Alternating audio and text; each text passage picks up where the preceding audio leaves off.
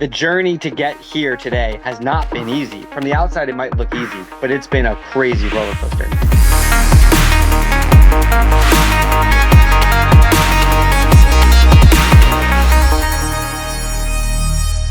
All right, Frankie, congratulations. You just made one of the biggest announcements of your sports career. How are you feeling right now, and what have you been doing to get ready for one of the biggest rides of your life? To be honest, it's been a whirlwind. It's been a roller coaster. I got to Daytona and it was, driving through the tunnel, seeing the banking, seeing the grandstands going, oh damn, like this is real.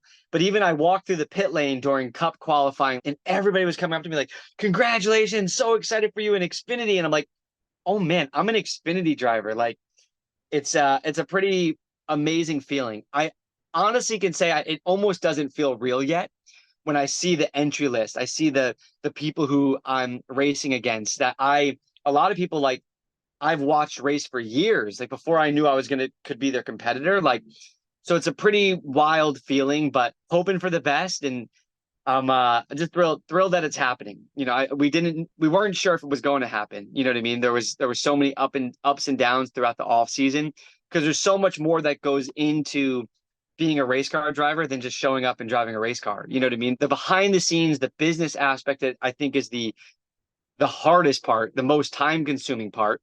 And then you finally get to come to the racetrack and go, oh, cool. I get to go fast. So I'm happy to be at the go fast part and have the business side behind us for a little bit for now. And you're moving up the levels too. So you mentioned ARCA and now you're in Xfinity. So there's that jump right there. So what did you learn last year in ARCA and that's helped you kind of get prepared for where you are right now, as well as your time last year in Daytona? When I showed up here last year for the ARCA race, I had no idea what to expect. Like, honestly, I didn't know if I would be competitive.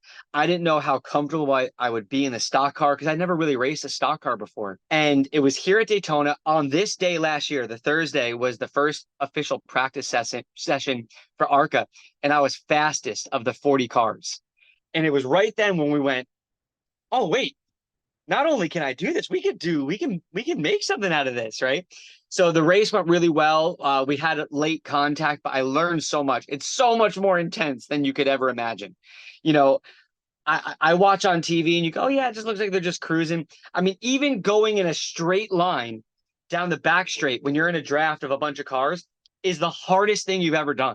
And you know that if you accidentally move an inch this way or that way, you could be involved or cause a wreck that takes out 20 guys at 200 miles an hour.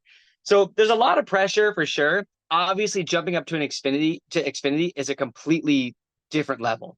In ARCA, there's a lot of good drivers, but I would say, 10 to 15 are like have the ability to make it to the next levels. And maybe everyone else is there competing, but it's a different level. In Xfinity, there's not one single person that isn't really, really good. So whether you're first or 40th, you're really racing with some of the top 40 drivers that there are. So it's a different beast. It's a different mindset.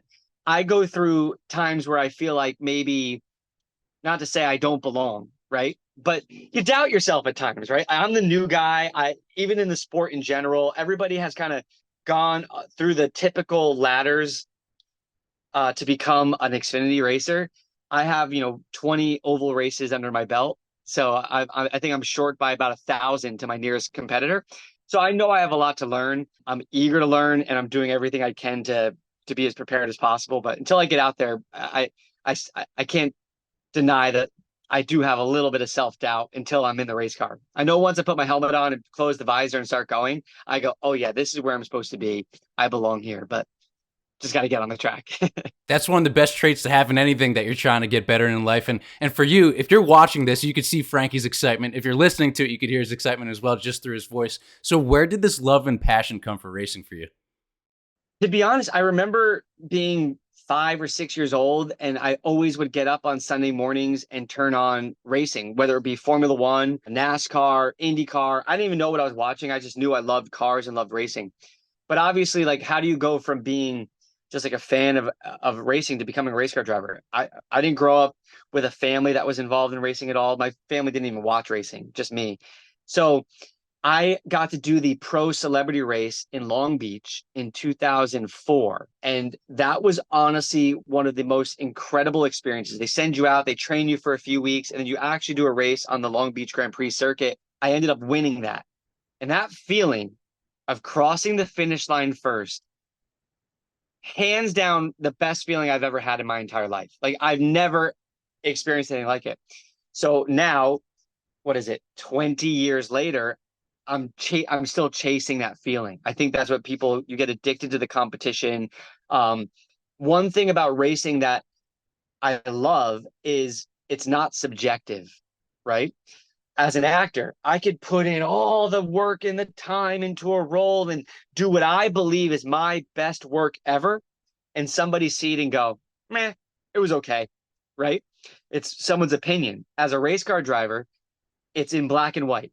If you're good, you're at the top of the leaderboard. If you have work to do, you're at the bottom. I like that aspect that you have. You really know where you stand immediately, if that makes sense.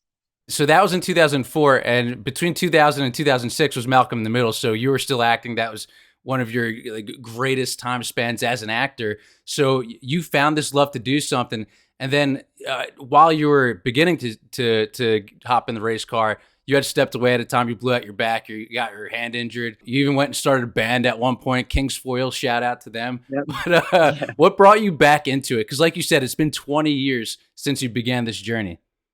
Yeah, I mean, I didn't know I'd become a professional race car driver, but in 2006, I all of a sudden was a professional race car driver, and I thought that that was what I was going to do for the rest of my life. In 2009, I got really badly hurt, broke my back, pins in my hand, and just took a long time to heal. But I still thought I was going to go back racing. It wasn't that it scared me away or, anything like that. Just other things took over my life. That's kind of how my life has always operated. Like, when I commit to something, I go 100%. And at that point, I joined the band. I was in the band. We were touring all over. So if I wanted to be the best drummer I could be in the band and make the band as good as it can be, I needed to focus on that 100%. So I did that. I started an olive oil company.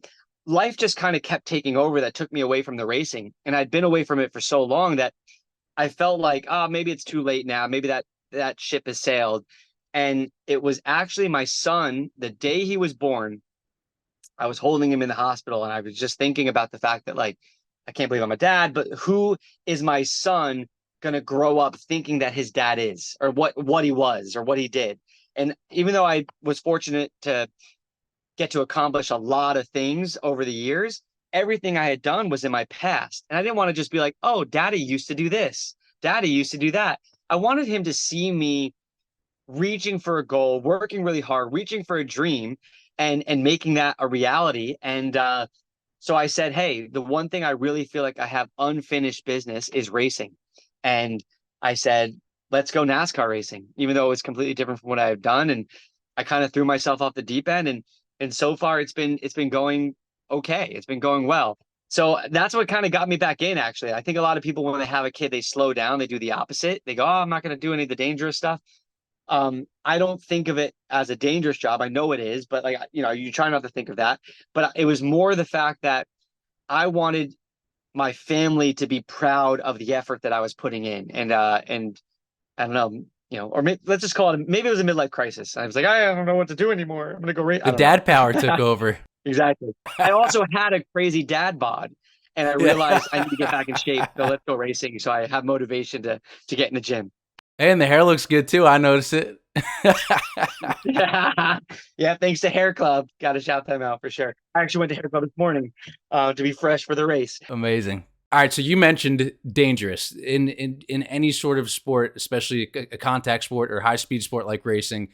There's so many things that go into it. So for you, how do you get ready mentally and physically also just to go around the track, but just knowing that you're going 200 miles per hour? And like you said, if you make one little mistake, you could cause a pileup. I'm still actually trying to figure out the best approach from a mental standpoint and from a preparation standpoint. I'm going to be 100% honest. This off season has had us so discombobulated. It's been very hard to focus on the preparation side. So really, until this week, I was so focused on the business side that I don't think I was putting in the work that I needed to put in to be ready. Granted, I've switched gears 100%.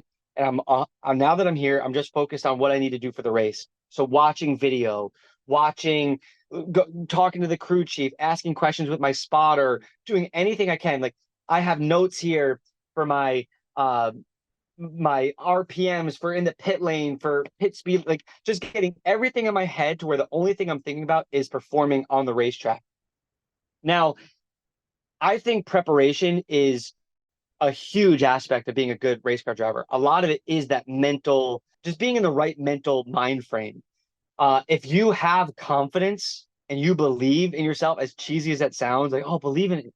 Honestly, you feel like you can do it. If you have that self-doubt, it's going to come across in the how tense you are in the race car. And if you're tense, you're slow. You got to relax.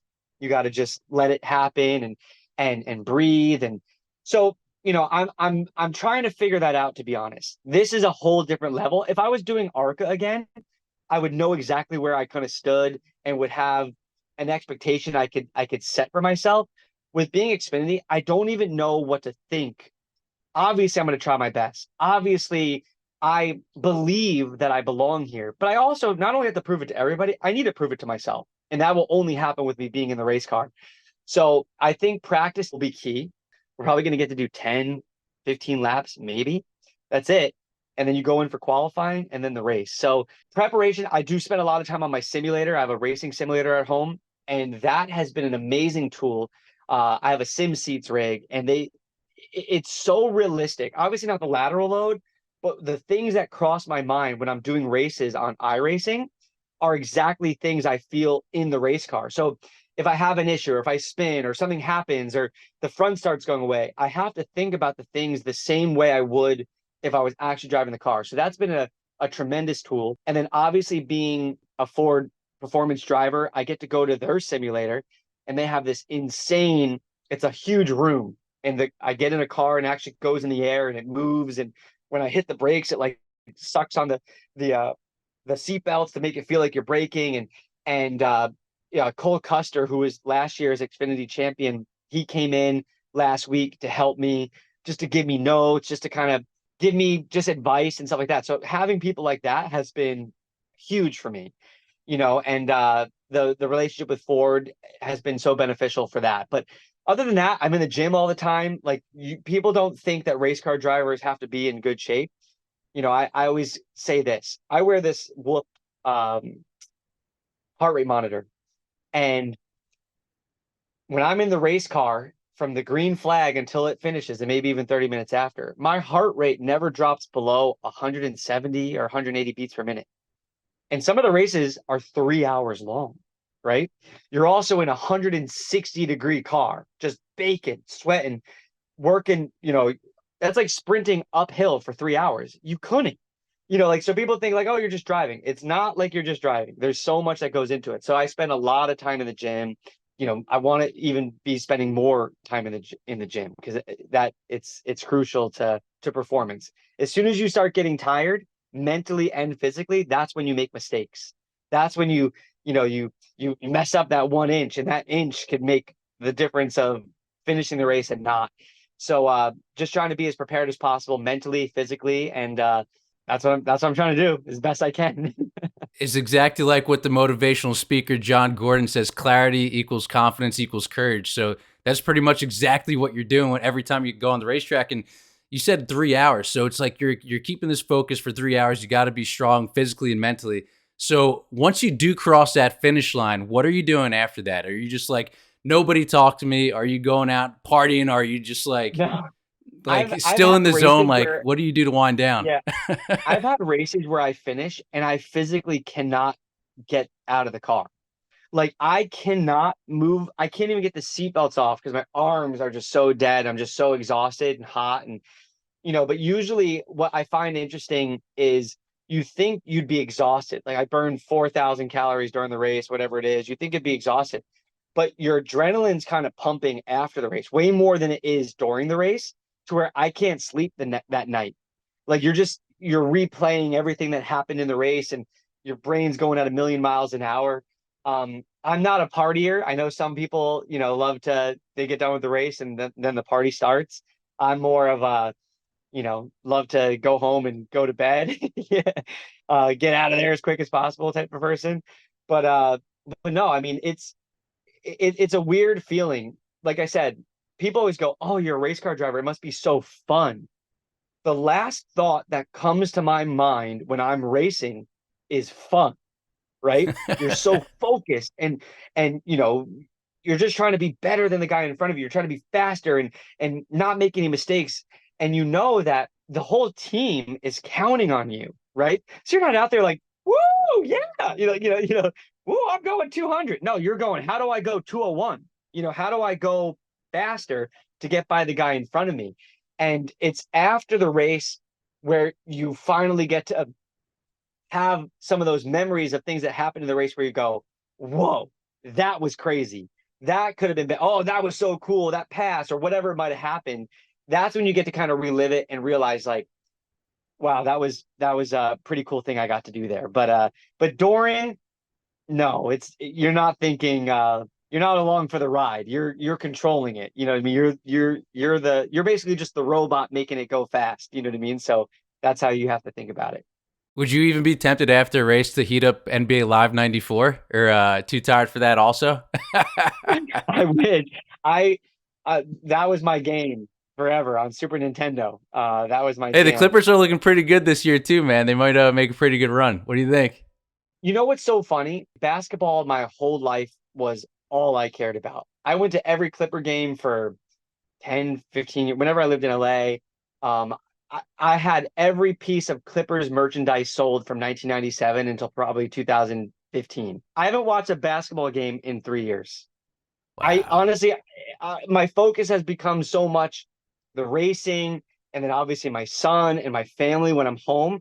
I miss it. I'm just so far out of the loop when it comes to really all sports except for racing right now that that's something that I hope to get back. You know what I mean? Like have make myself have downtime to start enjoying the things I used to love as well, outside of just being laser focused on being a race car driver. And you got a new friend out of it too the last couple of years, and even this past year working with Joey Gase. What's your relationship been like with him? Joey's been amazing. I mean, to be honest, I call him a lifesaver right now. You know what I mean? If I told you the actual truth and backstory of what like the roller coaster of the off season, because there's so many factors that go in, and deals were done and then deals fell through and then deals and then we're supposed to do this but we couldn't get cars, and Joey was always like, hey, if you need anything, I'm here. And so we called him, and we're here, and he's been amazing. He's been one of the most trustworthy, truthful people that we've met in the garage. You know what I mean? And that says a lot, because one thing that you realize in this business is, in a sense, I don't want to talk bad about it. This is in most businesses in life. Most people are looking out for themselves, right? Whether it be other drivers, whether it be the team owner, whether it be whoever. And, you know, Joey, I feel like truly is here because he loves it and he's helping because he wants to help, and I want to help him. So we're going to do everything we can to make his team be the best it can possibly be. Obviously, there's a lot of tough competition, a lot of big, big teams in Xfinity that we're competing against. So I think we're realistic with the expectations. And as long as we continue to improve throughout the season, that's the goal. And if we're a top 25 team and become a top 20 team and a top 15 team and hopefully a top 10 team, and maybe next year we're competing for wins, man, that's the Cinderella story that I think everyone can get behind as well. And that's something I love about being a part of Joey Gase Motorsports is we can make an impact, and maybe people aren't expecting that impact, if that makes sense. We're ready to prove everyone wrong. That's for sure. And there's another person too that I think would be worth mentioning, because you've said in past interviews that he usually checks in on you once every 2 weeks, and you supported him in his tequila ventures that he's got going on right now. But Brian Cranston, how strong is your relationship with him, and does he check in on you, seeing how you're doing race day leading up to the race? What was his latest, greatest piece of advice that he's given you? Yeah, I mean, Malcolm ended in 2006, so somehow 18 years ago, which is crazy. So the fact that Brian continues to reach out, continues to check in, like a true father figure, you know what I mean, is pretty remarkable, especially because if you think of all the amazing, huge projects he's done in the last 18 years and how many family, you know, sons and daughters he has from TV, TV shows. The fact that he's willing to reach out to check in is a remarkable thing. I've talked to him recently. There's some cool things in the works with us together, but also the last real conversation we had, like a father, he's like, I'm actually really scared. Like I'm nervous for you going to Daytona. You know what I mean? Like he's like, I believe in you, but man, it's like it's nerve-wracking, and I understand that. You know what I mean? I'm sure my actual mom and dad and my wife, everybody has that same kind of feeling in their gut. It's that feeling of the unknown, but it's really cool to have his support, and everyone, everyone's been surprisingly really supportive. I'm not just talking. I'm talking even. I find it very interesting, and I'm gonna jinx it when I say this. I feel like the internet, for the most part, is a negative place, or can be, right? People can hide behind the computer, they can say whatever they want, they can do whatever they want, things that they maybe wouldn't say in person. And so when I went down this venture of becoming a race car driver again, I didn't know how the world or anybody would react to it, if they would accept it, they thought it was a joke, anything like that. And I can say that so far to date, the reaction has been so overwhelmingly positive that it's helped motivate me so much more, because it makes me, you know, feel like what I'm doing, people believe in, or people want to see me succeed in. That's a pretty cool thing. So I hope to keep making them happy and not let everyone down, and keep proving to everyone that this is for real. This is yeah, I was an actor, but now I'm a race car driver. And to wrap it up, when you just think about the last 20 years in this sport, think about what you've done. Like you said, you were an actor at one point. Now you're a race car driver. And just hearing yourself talk about being a dad yourself, like how would you describe this entire journey for you? Because it's been such a fun adventure for you, and you have more levels to go. You're going to be doing so much more bigger and better things as time goes on, as long as you keep that focus. Because like you said, you're 100% into whatever you do. So as long as you keep doing this, you're going to be doing great things. The interesting thing about me is I only know what it's like to be me. You know what I mean? Like I only know the life that I've experienced, and I'm very grateful and thankful for the opportunities I've been given. Right? If I didn't have the acting side, would I be a race car driver right now? I don't know. I wouldn't have had the pro celebrity race thing to get me into it. Like there's so many things you start thinking of like that. But in that same sense, I'm 38 years old. I know if you put everything down on a piece of paper that I've done or that I've accomplished, it might seem like a lot to people. But in my mind, I feel like I've almost done nothing compared to what I want to accomplish. So I think that mindset maybe is good, maybe good and bad of it. But the good in it is the fact that it keeps me motivated. It keeps me pushing. And I want to live the most fulfilled life that I can. You know what I mean? I know that I only get one time here on this earth. So why not do it all? I don't want to look back. And that's why I went back racing. I don't want to look back and go, dang, I wonder what would have happened if I went back racing. I wonder what would have happened if I started a business, or I did this, or I'm trying to have my hands in a little bit of everything, and finding what I truly believe I was meant to do. And I can honestly say I truly feel like I was meant to be a race car driver. I'm so thrilled with the acting I've done and what I've gotten to accomplish, and I would love to do more acting. But when I put my helmet on, I feel confident. As an actor still, even though I was on a show and did tons of movies and I was nominated for awards, there's times I show up to sets and I feel like I'm the odd man out. Like I don't belong. Like, oh man, like I hope I'm good enough for the other actors. And it's a weird feeling that I don't go in with 100% confidence as an actor, but I do with a race as a race car driver. So feel like that's what I'm supposed to do, but we'll see. In 5 years, interview me again. I'll probably be trying to get on the PJ Tour or something. I don't know, or I'll just be an accountant. Probably that's what I'll do. Let's go, baby. Part 2 on deck. Where do you want everybody to follow you? Because I know that everybody wants to definitely check out all your social media pages and just keep following this journey of yours. Because like we said before, there's so much great stuff on the way. Yeah, I'm at Frankie Muniz on X and at Frankie Muniz 4 on Instagram, and then go to munizracing.com. We'll have my schedule on there. There's also some really cool racing merch that we're putting out there, so hopefully everyone goes and gets that and shows us support. But no, just check it out, follow along. It's definitely going to be a roller coaster. You never know what I'll be doing next, that's for sure. All right, brother. Well, thank you so much for your time. That was awesome. And yeah, dude, we're going to be watching, so good luck. Sounds good. Thanks, man.